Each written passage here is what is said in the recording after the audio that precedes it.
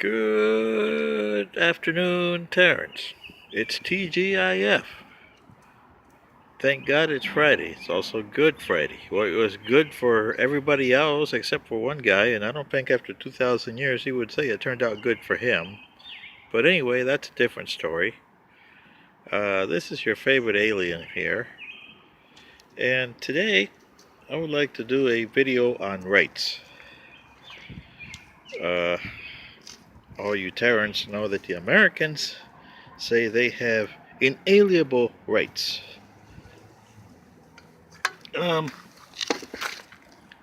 So, let's speak about rights. There's an article that somebody wrote on the Federalist yesterday or the day before, and he's commenting on natural versus political rights about the Second Amendment for the U.S. Constitution, that if they repealed it, they wouldn't do any difference. But he's referring to what he calls natural rights and political rights. Natural rights being the right to bear arms, the right to defamation to another guy, or to call him F you this and F you that, or to denigrate. And, if you have a right to do that, then you have a right to be bigotry. You have a right to discriminate. He should take his article and take it all the way down to the line where it's supposed to be. That's what he wants. He wants the right to discriminate. He wants the right to be a bigot. He wants the right to be politically and stomp you to the floor and use you as a rug. That's what he wants, according to his article, if you read it. As an alien from another planet, we got rid of all this stupid stuff a long time ago, like I told you in my other videos. Okay, so do you have rights, whether natural or political? No.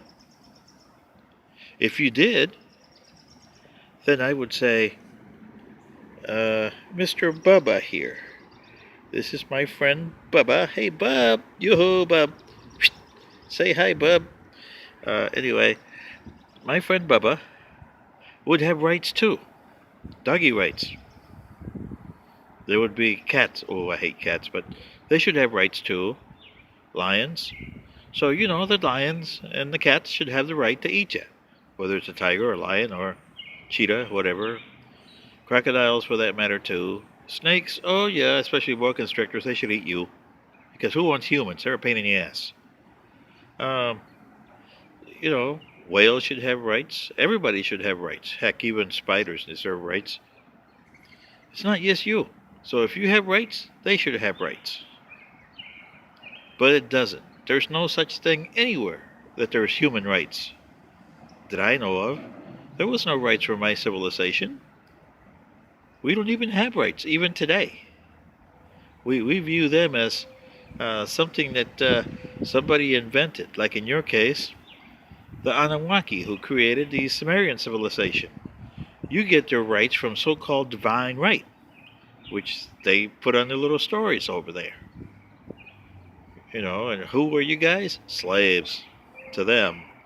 Yeah, but your history professors don't want to talk to you about that because, hey, they don't want to say the human race was invented by somebody else to do their dirty work, because they didn't want to do menial jobs. So see, rights, you don't have any. But what you should do as a society, planet-wide, or if you want to do it as your own society, say the United States, you have the framework, you have this federation, but you created it out of need, because you needed to have something to hold you together. And your founding fathers thought that your succeeding generations would change it to look it better, not keep it the way it was and make it even worse.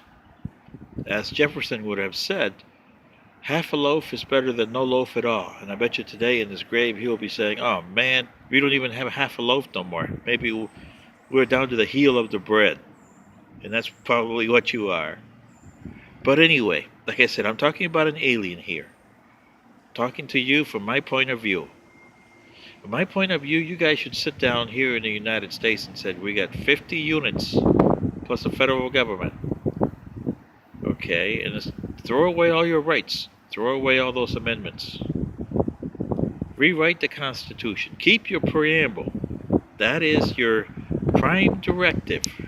And add to the preamble a little bit.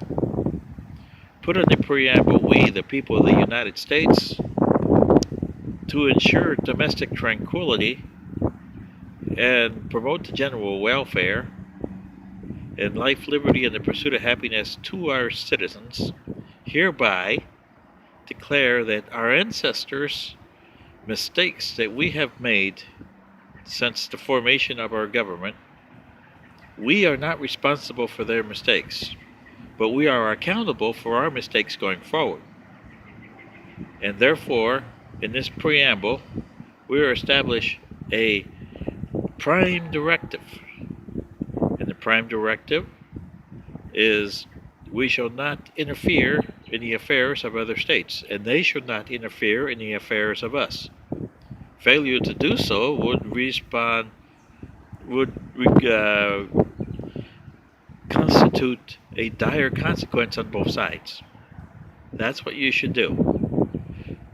And then establish guarantees of your citizens. In your case, Georgia, here where I'm at, the state of Georgia should say, okay, the state of Georgia admits to the Union based on the following conditions.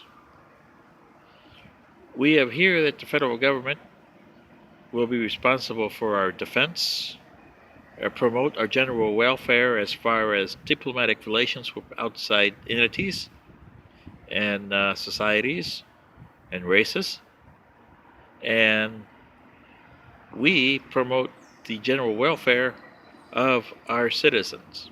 They are free to travel within other states of this union if they follow the laws of said states.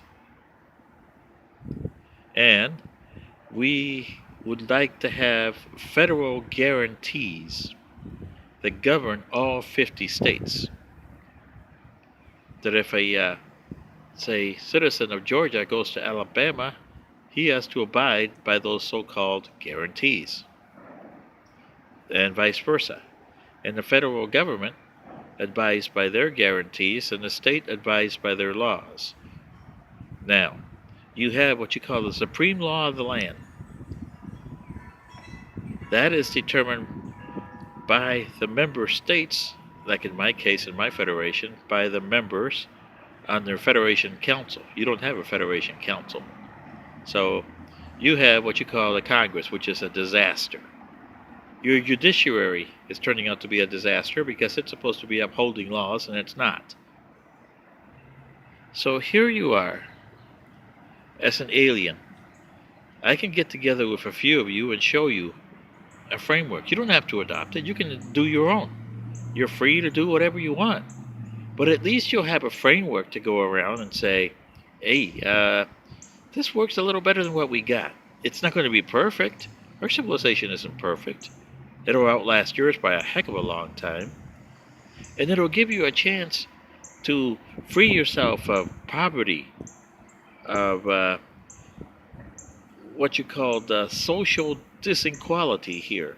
Blacks being not equal to whites, and Asians not being equal to anybody, and Latins trying to take whatever they can and take it home. So what do you guys say? That is up to you. Thanks. Bye.